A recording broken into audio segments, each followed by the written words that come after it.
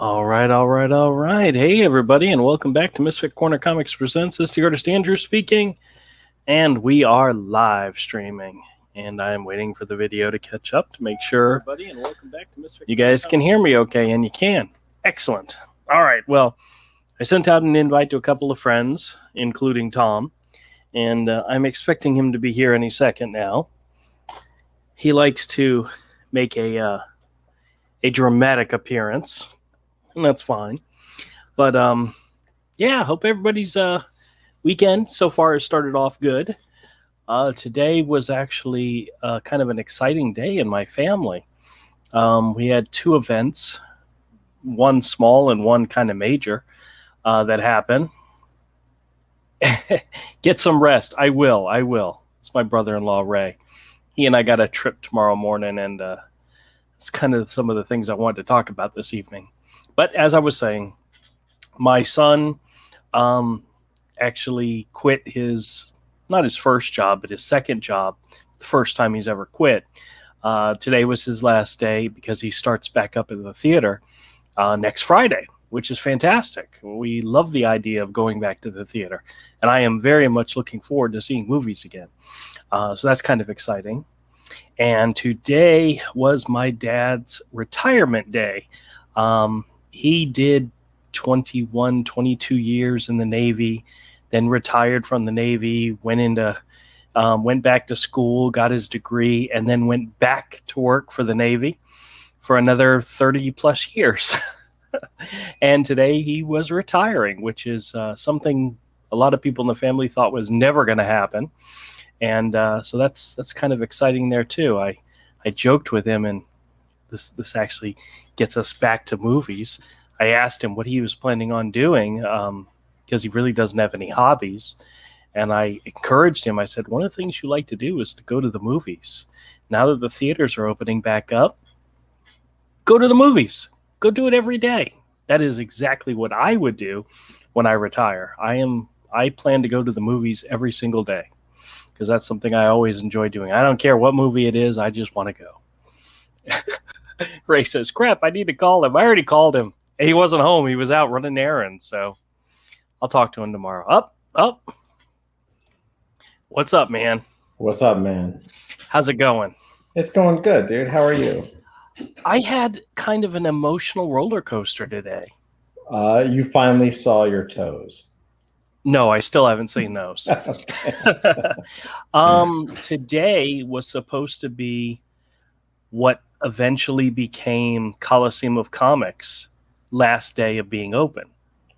Oh, and okay. As you know, that particular strip mall has had a comic book store for almost 30 years, going all the way back to the original Final Frontier, which was a store that I worked at out of high school.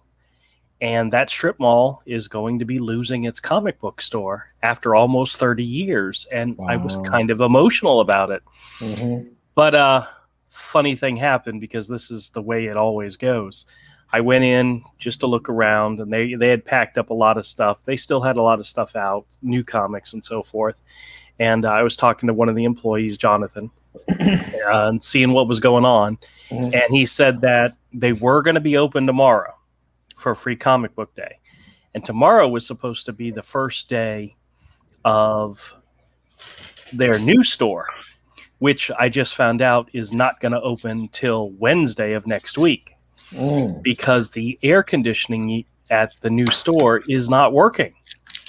And tomorrow was supposed to be their grand opening, Free Comic Book Day, the whole shebang. And now it's totally getting effed up because the AC isn't working in the new store, which really sucks. Mm-hmm. And with the way the weather's gone recently, you cannot have a store without AC, period. Mm-hmm. So they're going to open up the current store for tomorrow to do the Free Comic Book Day thing. Then they're going to close it on Sunday, and then they're going to reopen the new store on Wednesday. Oh, okay. So yeah. I mean that it changes things slightly, but there was supposed to be more of a fanfare with the new store tomorrow, and it's not happening. And what I think is actually kind of funny is when I got there, there were two guys there that were boxing up stuff. And one of the guys looked very, very upset. And I found out later that that's the big boss, the big owner. And he's very upset with the landlord of the new place because of what's going on. And I totally can understand it. Mm-hmm. But I didn't know who the guy was, but he looked upset. But I bought when I like buying their blind packs that they sell, 10 comics for $6. I like buying those because sometimes there's a gem in there. But I did buy one new comic, something I don't normally do, and I'll show you which one it is. It's the new Robin #1. Interesting. I have always enjoyed this character. I've always liked Damian. And in this book, the premise is Damian goes to a place called Lazarus Island, and there's a tournament, a fighting tournament, and it's to choose the best fighter. And there's a whole bunch of B-rate and second-rate characters that are there, getting ready to take part of this tournament. Which, by the way, if you think about it, what's happening in movies right now? You got the new Mortal Kombat movie, which is all about a tournament to the death. So, of course, somebody's got to make a comic about the same type of thing. But I like the art. I like the character. I even kind of like his new costume design, which is a little bit darker than his old costume. But there's also a new character that was introduced in this issue. I'm not 100% sure if this is her first appearance. I'm assuming it is. She actually looks kind of cool. Her name's Flatline. Okay. And I like the way she looks. So it looks like a Bacalo drawing. I don't know if it'd be. I get a more of a. No, maybe not. Maybe not. I get more of a whatchamacallit vibe. Victor Bogdanovic. I see his style, and actually the artist for this is. Now I got to look. Let me see. Let's see. It's written by Joshua Williamson, who, if I remember correctly, doesn't like us very much. And artist is Gleb Melkinov. Melnikov. I've never heard of him. No, I'm sure but I like his dollar. I'm sure the US dollar converts into nice currency. There is a series that they. Looks good. Let me show you this. This is a series coming out soon, coming out in May, called Future State Gotham, and it says Jason Todd is a hunter on the deadliest streets in America. Let me show you this image that they have for this advertisement. That's pretty cool. I think it looks awesome. That's a cool looking image. But the thing that caught my attention, it says a new black and white series featuring the entire Bat family. That's and white. Yeah. That could be very cool. Weird. It's not like I pitched that to a certain company directly about 10 years ago. Huh. Weird. Oh, yeah? We have somebody new here. Judge the question. Definitely not Eagle 43. Fantastic. Welcome to the show. Right now, we're just talking comics. So yeah. Well, what's interesting is I saw a statistic that said that for the first time, Andrew. Well, two things. One, for the first time, Andrew is actually ahead of the curve. But the reason is because for the first time in modern in history, really, older comics are more popular and selling better and selling more than recent releases. That is true. People are going into comic shops and saying, I don't want the new stuff. I want that old stuff. Yeah. And that's what my store is all about. Yeah. So I actually was talking to Jonathan, the guy that works at Coliseum, and I was telling him a little bit of the history about, I told him I was kind of a little emotional about the store closing and the fact that I was there when Final Frontier was the first comic book store in that shopping center and how I worked there and so forth. And it changed hands and it moved, it expanded, it got smaller, it changed hands, became a different store, moved to a different location. And I mean, in the past 30 years, there's always been a comic book store there. Mhm. And I was telling him that one of the things that I thought was really funny is, I don't know if you remember this or not, but I remember I was driving down Atlantic, leaving the Regency area, heading home because my parents lived off of St. John's Bluff at the time. And I was heading home and I'm listening to 95, the Big 8, Power 95, right? And there was a commercial on the radio for a new comic book store called Final Frontier. And I'm listening to it going, a new comic. When's the last time you heard a comic book store advertising on the radio? Never. Yeah. You've never heard it, right? Just so happens I was heading towards St. John's Bluff on Atlantic, and I was passing Final Frontier at the moment. And I circled back and went back into the store for the first time. Now, I'm not saying, I seriously doubt I was one of his first customers, but that commercial got me to look for it, to stop, to go in, and that was the beginning. I ended up working there at one point, quitting from there, going back to work there, working there twice. I've had many good times, bad times, mediocre times. And now now all this time later, you're still stuck at a comic shop behind the counter. Yeah, I know.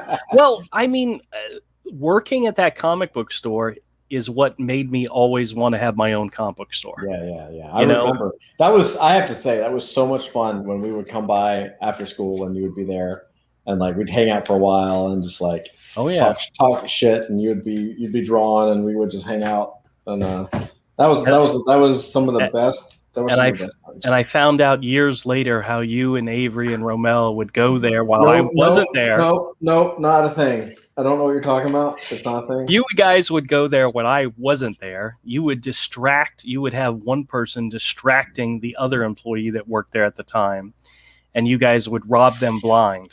No, robbing is such a term. Such a harsh term. Yeah, it's not a thing. No. Never happened. Do you remember having paper ball fights in the middle of the store after the store closed? Yeah, of course. Yeah, that I absolutely remember. Yeah. Mm-hmm. That was some of the stupid ass things we did as kids. But that was fun. It was a lot of fun. It was a lot of fun, man. It was a lot of fun. And I'm glad that I can still distract you at your current store. Oh, please. What are you talking about? I closed the store down for you. I know. It was a lot of fun. Last time Todd visited Jacksonville, I actually closed the store. I put a sign on the front door that said temporarily closed for a family event. Will reopen in 20 minutes. And I told Todd, 20 minutes. I got to live out my dream of wanting to reenact Richard Pryor's role in The Toy. Oh yes. Yeah. I did think it was okay. Good. To be honest with you, your daughters probably had more fun than you did. I don't know about that. Oh, they had a good time. They had a great time. But yeah, I do think it was very ironic how nobody's buying the new comics, and the old comic sales are actually escalating in price because people are buying them up left and right. Yeah, I was rather shocked. I keep track of the ups and downs in the comic book market, and especially the back issues. And sometimes I get really shocked at some of the issues that go up in value for no apparent reason whatsoever, other than the fact they're good issues. Yeah. I think a bunch of the new Teen Titans, the Marv Wolfman, George Perez Teen Titans have recently just jumped up in value. Dude, everything of quality is going. It's crazy. Like, I think people are freaking out because of everyone knows that their bank accounts are going to crash. Like the stock market's going to crash soon at some point in the future here. So everyone, but it's true. Like everybody is. They're not saying anything, but what they're doing is they're moving money. Like I've been keeping track on the Heritage Auction thing. Right. For quite a while. And the prices that people are getting now are insane. So I bought, I've got that photostat production work of the cover of Spider-Man, the Amazing Spider-Man that Todd McFarlane did, where Spider-Man's punching the Hulk. Yep. I bought it for like $300. like it's not, you know the deal. It's not original art. Right. I like it because it's a photostat, so it's like owning an official photograph of the thing, and it was used in production. But I never expected it to be worth $1 million or anything. It's a really cool piece that's signed by Todd McFarlane. I got a question for you. Real quick. Uh-huh. Because you now own that original piece of art, can you turn it into a digital NFT? I absolutely could. Okay. Yeah. Continue. You're thinking about, you and I are thinking about similar things. Yes. Okay. But anyway, so the deal is that there was do you remember?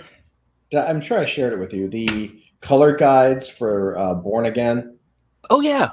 I remember the color guides from Dark Knight and Ronin. I remember those. Yeah. Okay, so the Dark Knight and Ronin ones, you saw those. They sold for like $1,000. It makes sense because those were like, those were painted. That Ronin one was a cover that was painted like from Lynn Varley. Yep. So, but this was, and that was like acrylic. That was awesome. This one was the issue Born Again photocopies, but it was from the colorist. So it's the whole issue. So, photocopies, but the colorist who I don't remember his name. But it was, it's the colors of the book. It's the colors. Yeah, it looked great. And I was like, you know what? I'm going to bid on this. I mean, it was like at $300. I was like, you know what? I think if it hits, and my max was like 1,000. I was like, you know what? If it's $1,000, I don't. It'd be hard for me to do. But you know what? I could do it. So did you win? No, I didn't. Oh, okay. But the reason I didn't win is because, remember, you and I have talked about this. You're like, I don't get into you've seen the prices on these things. They're nothing. They're not expensive. Right. I turned around and this thing sold for around $4,000. Wow. $4,000 for photocopy color guides from Born Again. So I was like, how much is that? Is my little signed McFarlane photostat worth now? Like, it's certainly more valuable than a couple of, like, a photocopy of the issue. Like, you got to be kidding me. Yeah, it's definitely up there as a production piece, something that should create the comic. That's What's right. up, Avery? Like, holy smokes! What's up, Avery? Hello. Hey, how's it going, man? What? We were reminiscing about our time at comic book stores. Oh, Did you hear any of what we talked about before now? no. Oh, okay. That's all right. Avery doesn't care. Yeah, I know he doesn't care. No, I don't care about comic book stores anymore. I know he doesn't. At all. But bye.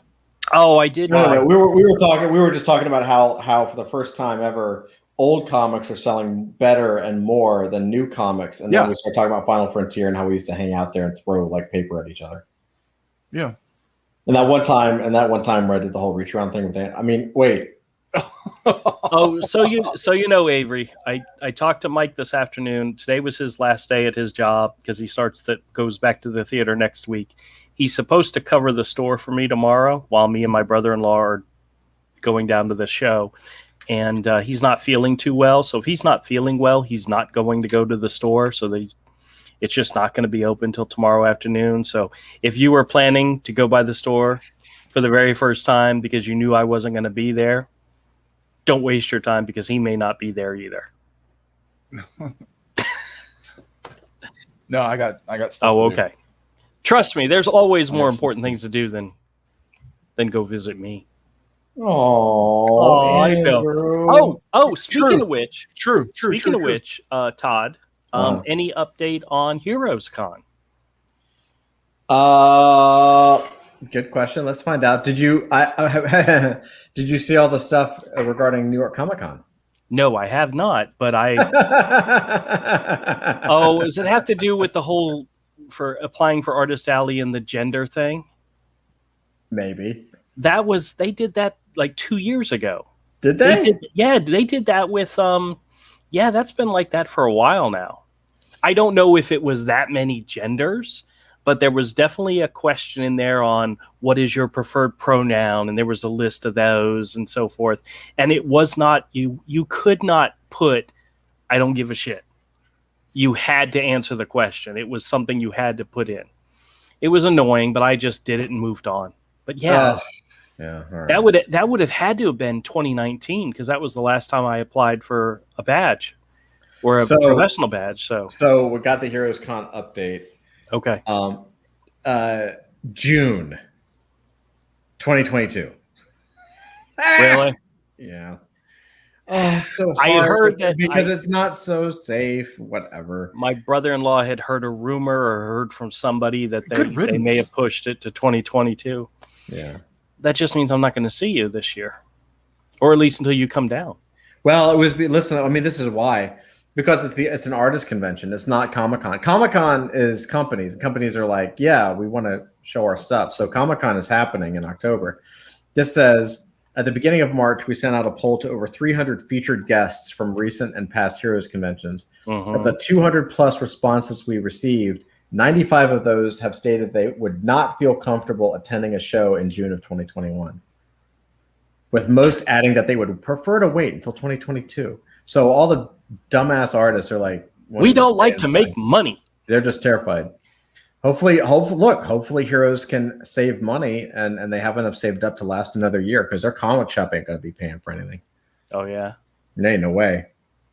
Well, I actually set a new single day and weekend record this past weekend, beating my record from the previous weekend. Wait, you beat the record that I helped you set?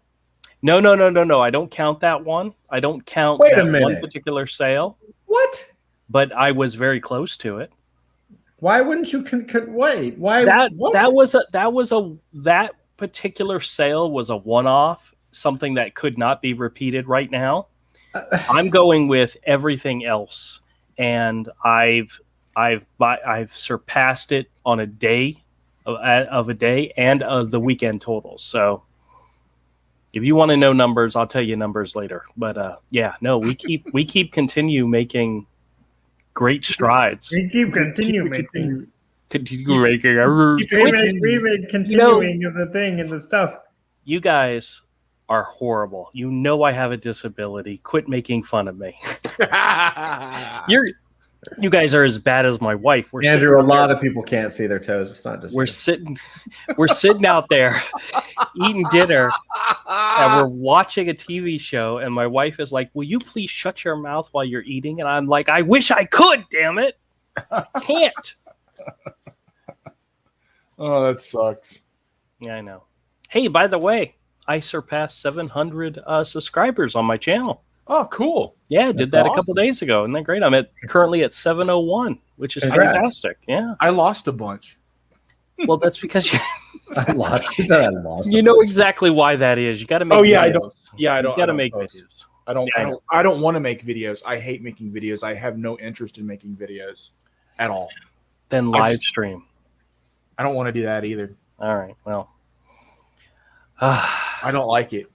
Well, then I like live streaming's okay, but come on my stream and live stream with me and make fun of me, and because do what you do good. You do best, right? Yeah. I don't like making videos. I don't want to make them. Oh, I understand that. I don't get anything out of it.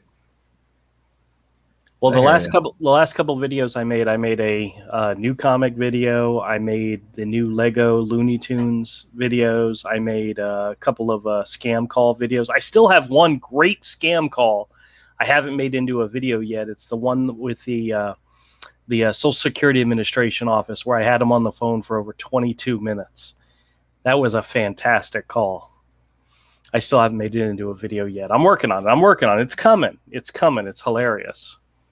Some of the things that these people want you to, one of the things I say to them that really pisses them off, you can really tell they get mad, is when I ask them if they don't understand what I'm saying because of the language barrier.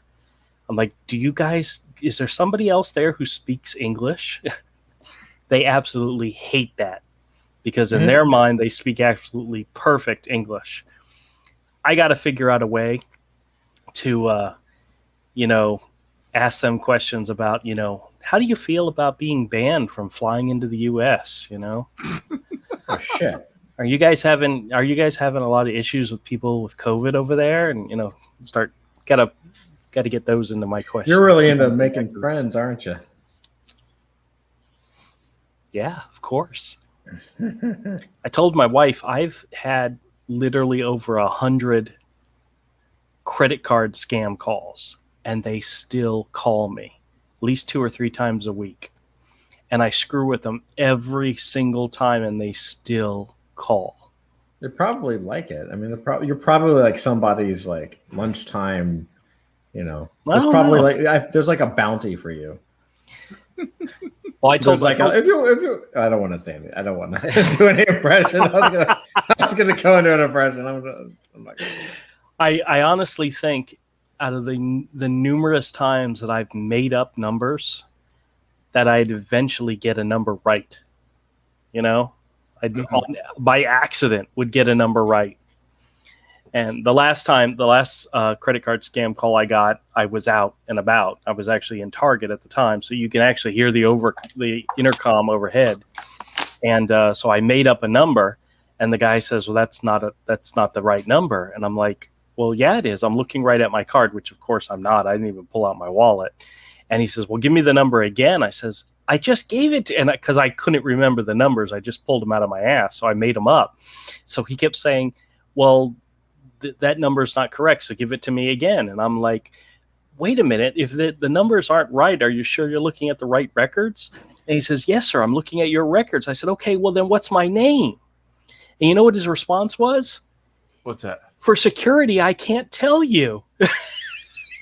Oh God. He's like, "I can't tell you until you verify your credit card number." I said, "Wait a minute, you mean you can't tell me my own name?" These guys are freaking hilarious. I love them. I love them every time they call. One of these days, maybe I might give them a valid credit just to, make their day. No, I will never do it. I'll give them Todd's number. Todd, you got a credit card number you don't mind me giving away? Yeah, give him Todd's credit. I would. Yeah, 555. Oh wait, sorry. 555. That's. Oh, I had a scam caller call, and he was asking me. He was calling to, and the very first question he was trying to do is verify my area code, but he didn't call it an area code. He called it something else. And I'm like, "What are you talking about?" He says, "Is your," whatever it was he was trying to say, 904. And I'm like, "I don't have a clue what you're asking. I don't." And he says, "Your area code." I said, "Well, that's not what you said." It's like he said security code or something. I don't know if in India they call it something else or what, but most of the time, I'm not playing dumb. I just am. But they just don't understand that. Ah, well. So, Todd, what's new and happening in the world? Oh, man. Well, depends. Yeah. What do you want to know about? What do you know today that you didn't know yesterday about raising little girls? Little girls? Yeah. Don't you learn something new almost every day? They don't bounce.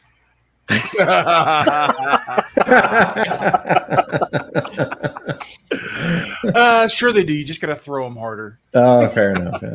Yeah. Actually, little boys bounce a lot better, but you got to have them land on their ass. That's the whole thing. No, they got to land on their head just right. That right. No, I mean, it's been good. I've been working my ass off on this project, so this is coming along really good. Looks like we might end up bringing it into physical products as well. Okay. So we're looking at creating actual cards that are, and we've already created like an actual case, kind of like the CGC cases, but our own style. So I don't know if that'll be out anytime soon, but yeah, it looks freaking awesome. And I don't know. I'm trying. I've also learned that YouTubing is incredibly hard. Oh yeah, how's your video making going? Great. I haven't posted this week, and it's Friday. Wasn't your goal like 2 or 3 times a week or something? At least. This week has just been crazy, so I got to make up some videos. I have been keeping up with what I have been doing, though, is I have been recording semi-daily, really when there's an update. I've been documenting the building of this company or this product, because I have clients and I show them how to do stuff, and they get great results. And I was like, you know what? No one really.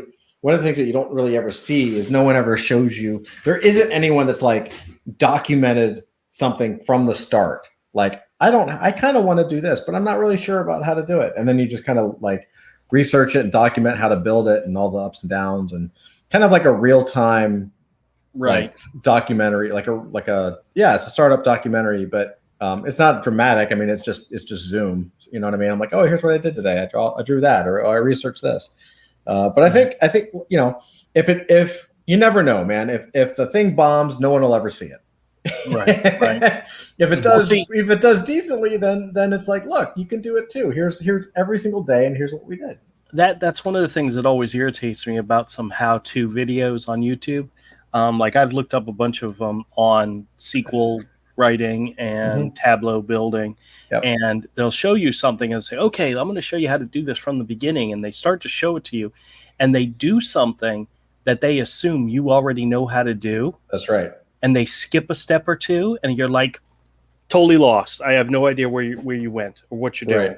Right. Totally, because they assume you already know this portion. They don't do it step by step from the beginning. That's right. That's exactly right. So this is step by step from the very beginning.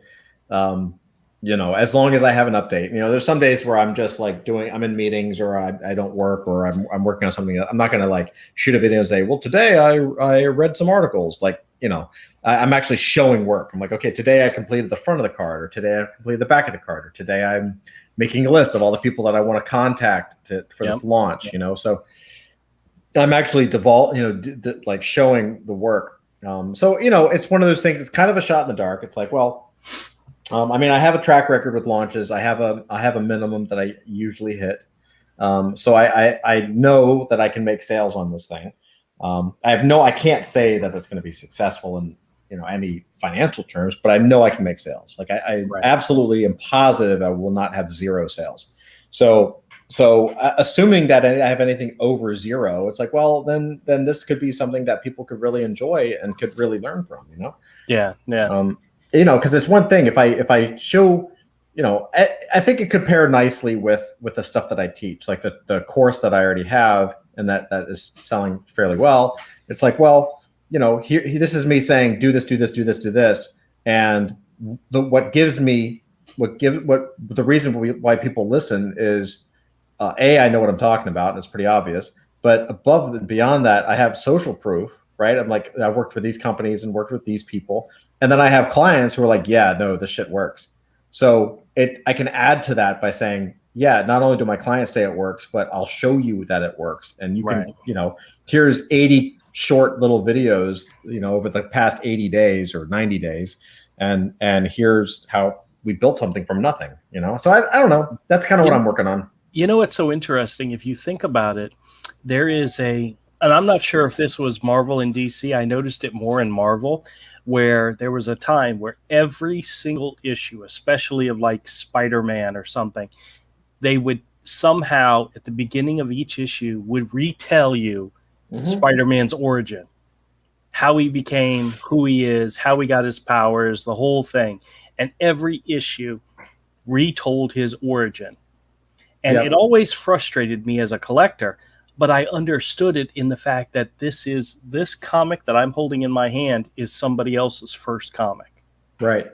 And so when you think about it, a video that you make is somebody's first video. That's right. Even if it says number 112 out of 500, it's somebody's first. Well, and the interesting thing too is like, it's actually really similar. Like it's interesting. Like, the things that I like most about one of my favorite video series that you do, Andrew, was your building of the new store, right? Like, I love seeing I don't know how many views you have on that, but they seemed like they were really popular at the time too, because everyone was like here's this guy that I don't know for most people, right? Here's this guy on the internet who's like got a storage space and he converted it into a store, and then he got the one next to it, knocked out a wall and built that into the store, and then moved down and got bigger and built another store. and I know it's kind of hard to do now because it's like I still think you should do them. If I do it now, it's like, look, we just put up a new bookshelf. Well, yeah. Well, That's you should just do a tour of this. I think you should. I just like seeing the store updates. I think you should do the store and just show the new comics you got come in at the store. But that's just me. But I like showing. I liked seeing the development of it, and you're like, today what we did is Mike and I we just put the wood up on the wall over here, and we drilled that, and we made some cases here. We got 4 more to go, and we got to paint that. And that's there's somebody out there. I promise you, there's somebody out there at some point is going to be like, man, I'd really like to have a comic shop, or I'd really like to have a record store, but I don't really know how to. I can't afford, like brick and mortar space, and I don't know if they're about foot traffic. And they're going to see your video and be like, holy crap, I never thought about a storage space, and this guy built it from scratch. Yeah, it's going to inspire somebody. Oh, maybe someday. Yeah, it inspired me. Aw. It did. I love it, man. So I think, and of course, Avery, I had to give Andrew props because you did make a correct decision in being like, I don't need Diamond. I'm not going to contact Diamond. There's nothing Diamond has that I want. Yeah. And like all of the books that Andrew has now are the things that are selling. So, yeah, as long as you have access to old back issues, and to be honest, man, I mean, I'll tell you right now, I have the space in my basement, and the more I daydream, the more I think it might be my own my own private little comic shop. And I'm like, screw it. I'll do it like Andrew does. And I'll just go around and maybe rent a U-Haul. Well, you haven't done this yet, but like get a U-Haul truck and buy somebody's collection and toss it in there and have my own little private comic shop. Well, I have gone and bought collections from people before, so there you go. Hell, Jason's collection that I got was 25 or 30 small boxes worth. So yeah, that's awesome. You remember that? Mm-hmm. You were there to help me spill one of the boxes into the rain. Remember? Yep, that's right. That was yeah. New comics aren't worth it unless they're reprinting something you can't afford to get the back issues of. Okay, then you buy a new comic, a new production comic. You know what other comics have recently jumped in value, Todd? What's that? Sonic the Hedgehog. Really? His Archie comics have recently started to go up in value. I'm still waiting for those 2 or 3 worked on by some guy we know named Todd Wanish to go up in value. But, having original pages from those might actually, be worth something in the future. I think there's going to be a lot of books that in the future, books that have been made up until recently that are going to become valuable because there's not 100,000 of them out there anymore. That is true. That is true. For the past 10 years or more, the print runs aren't like they used to be. Absolutely. That's absolutely true. Speaking of which, I want to go and take a look. I don't think as worthless as New 52 is, it might actually end up be worth something someday. All right. I'm going to share my screen with you guys. Convergence actually might be valuable one day because there's not 500,000 of them of each one out there. Hey, I got a lot of those. Wait till the new line. You could use the Bitcoin line, which is wait until so there's something like 42 million millionaires in the world. Mm-hmm. And there's not enough millionaires. There's not enough Bitcoin in the world for every millionaire to have one, which is one of the things that drives the price. Mm-hmm. Right? All right. Wait till that happens with comics, where they're like, wow, this there is only at the peak X-Men #1, Jim Lee, there's like 8 million. That means you have something that most millionaires don't have. I mean, only 1 out of every 6 millionaires can have a X-Men #1. So you just wait. All right. So this is comicpriceguide.com. It actually could happen. It could happen. One of the sites I like to go to just to see what's happening. I trust their values, so I go check them. They have a section for recent value changes. And wait. Sorry. What's the name of the site? comicpriceguide.com. Okay. And one of the things that they have a section for recent changes. What really sucks is unless you pay for their services, you can only see the top 10. And it used to be 20. They just recently moved it down to 10. But it's always interesting looking, see what's gone up in value and why.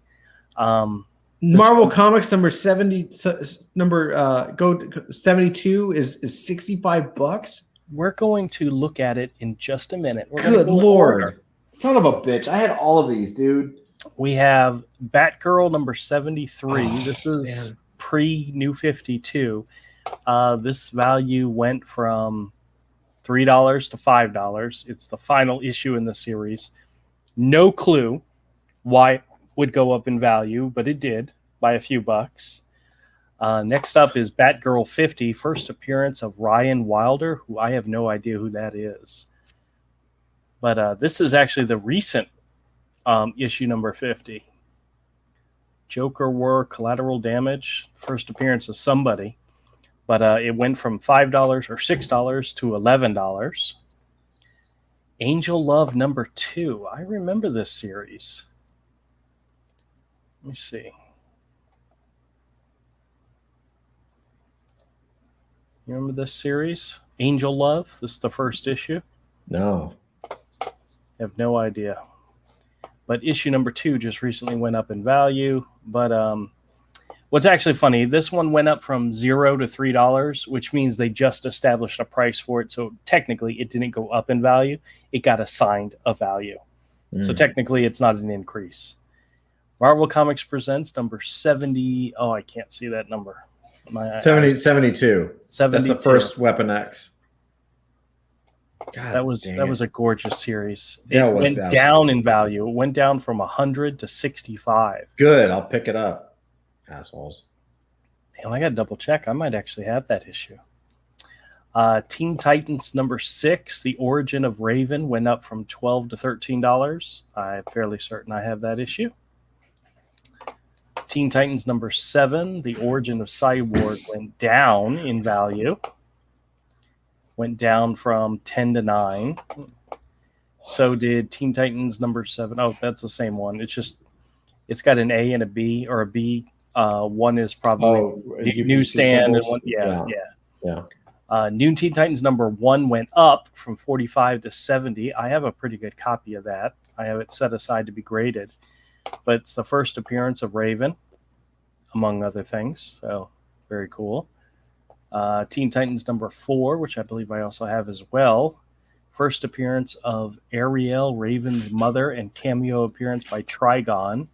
Went from 12 to 20. Oh, I know I have that issue. Very cool. I got to double check. I don't think I have these in the store. Hey, I think I have them set aside to be graded because I have really good copies of those. You need to start grading them, man. And then the other one was I did send off some books to be graded, so got some really nice ones getting graded. So I'm looking forward to seeing what happens with them. I had no idea that Weapon X series, any of those issues, had been worth anything. Yeah, Dude, me neither. Because for a long time they weren't. Let's They look were in 50-cent bins. They all were. Yeah. For years, for Yeah. over a decade. The same. Just the same with- right. They were in 50-cent bins right up until the time you decided to actually get rid of them, and now they're worth like hundreds of dollars. Yeah. Oh, dude. Well, a Remember lot all of those books I got rid of at the flea market when we were teenagers? Yeah, man. Believe me. I look at that weekend with fondness and like disdain. You know what was in those boxes that I got rid of? Dude, I got rid of so much stuff. The Rob Liefeld New Mutants and the Silver Surfer Infinity War, Infinity Gauntlet, the first like thousands.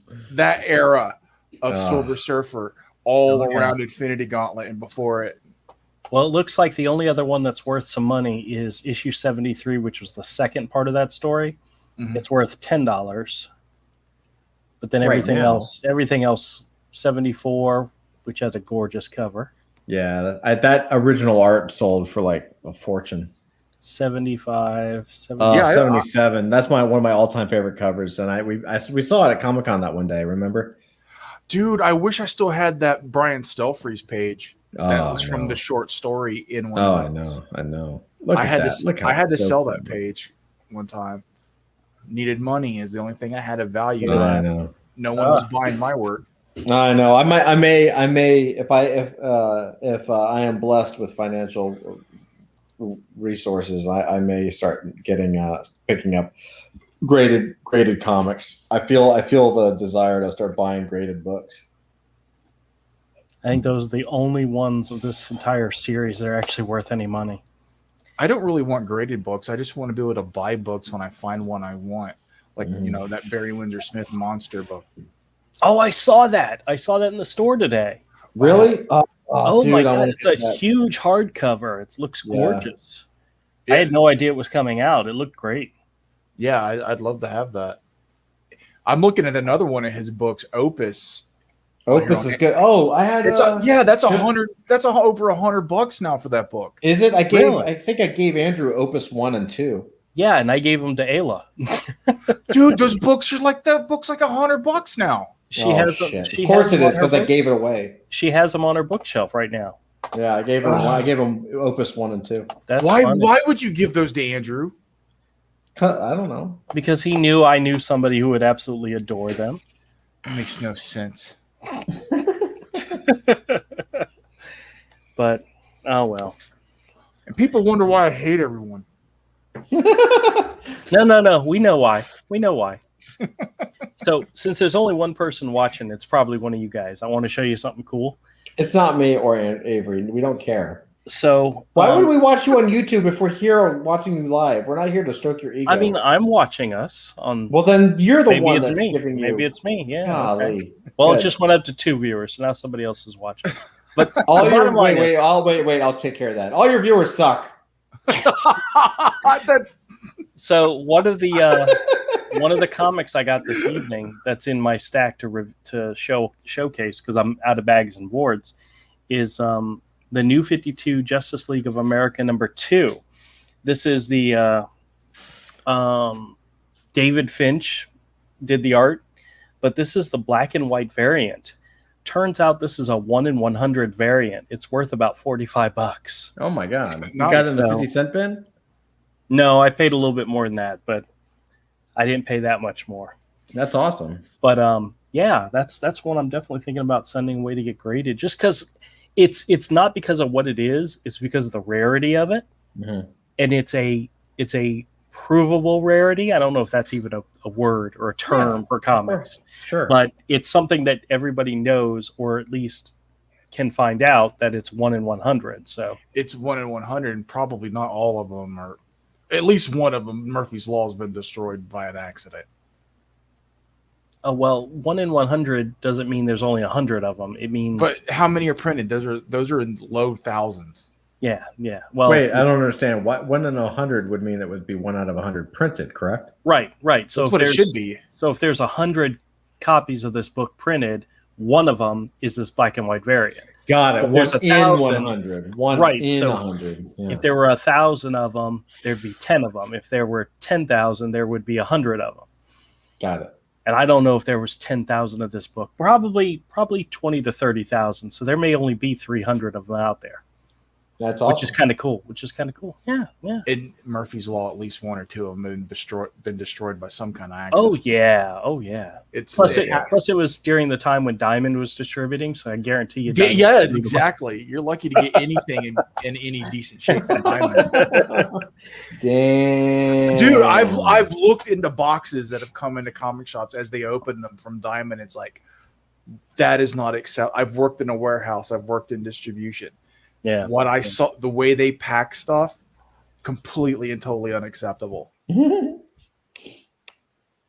I know it's a crappy job that doesn't pay anything, but I've seen people like give me my fries at McDonald's with more pride in what they do. And Yeah, well, so tomorrow, my brother-in-law and I are going down to. Hey, Cross, how's it going? what's up, Rick? Are going down to one of the dealers that does 50-cent tent sales. We're going to go down and take a look at the 50-cent tent sale. It's kind of like a mini show. It's an opportunity to buy some comics for the store. So gonna go down. And when I say go down, it's in a place called. He means go down. Means go down. Hey man, I'm gonna get a deal one way or another. Okay. You pitch you As you like wipe the sides of your mouth. That's what makes it you really bad. you pitch a tent. Andrew's going down. Awful.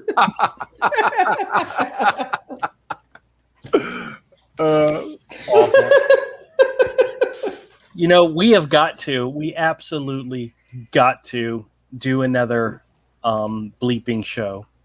I went back and I listened to our first bleeping show. That video was so freaking hilarious. I think I need to delete it and repost it because it was just that. It was hilarious. And it was Todd, Rick, and Kodiak. And we were doing things Avery said. It was a bleeping thing for Avery. And Todd was the only one that wasn't on the stream that I took the clips from.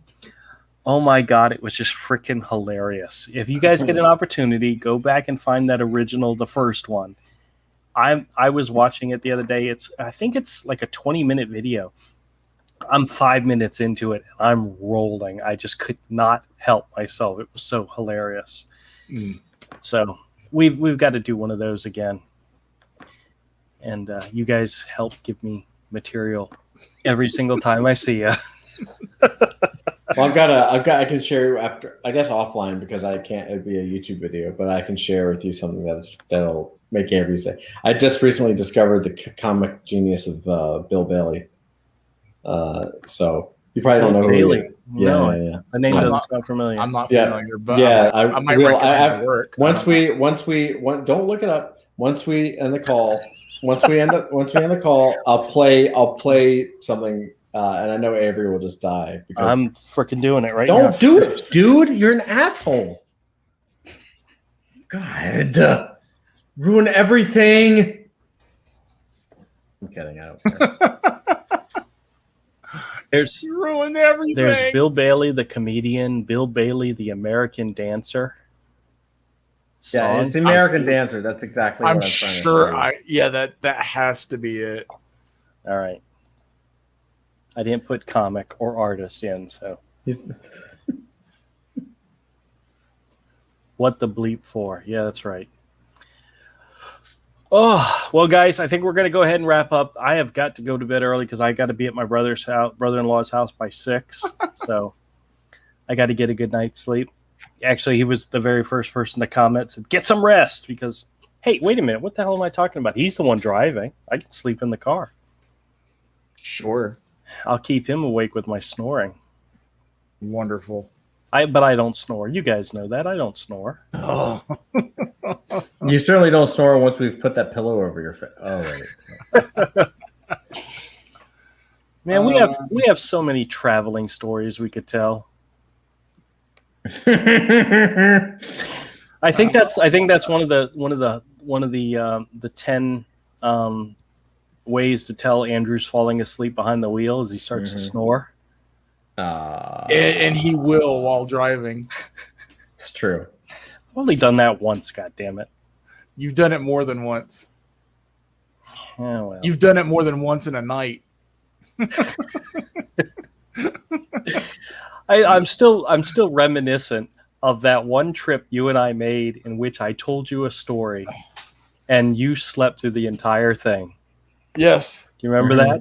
It was great. It was like the best story you've ever told me.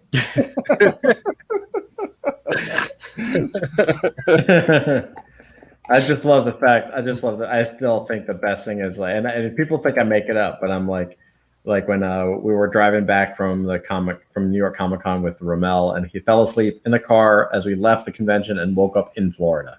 Yep.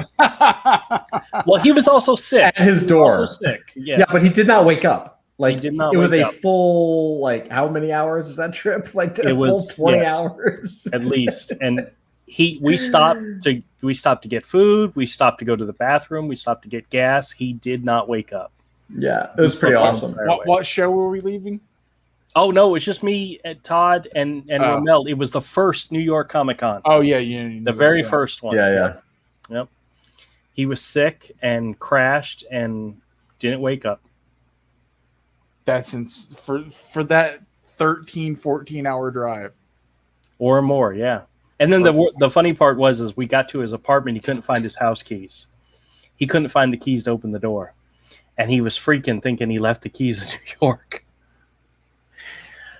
Oh, it was very sad. He did eventually find his keys, but Yeah, it's like when we first got there, he was freaking out because he couldn't find his keys. I'd have been like, "Well, get back in, bitch." Well, Yeah, that's right. That's right. Well, I was like, dude, I'm kicking you out of my car. I'm not taking you back to my place. yeah. Actually, I think we dropped him off at the office to see if he could get a key from the office. That's Oh, exactly man. what we did. We left him. Yep.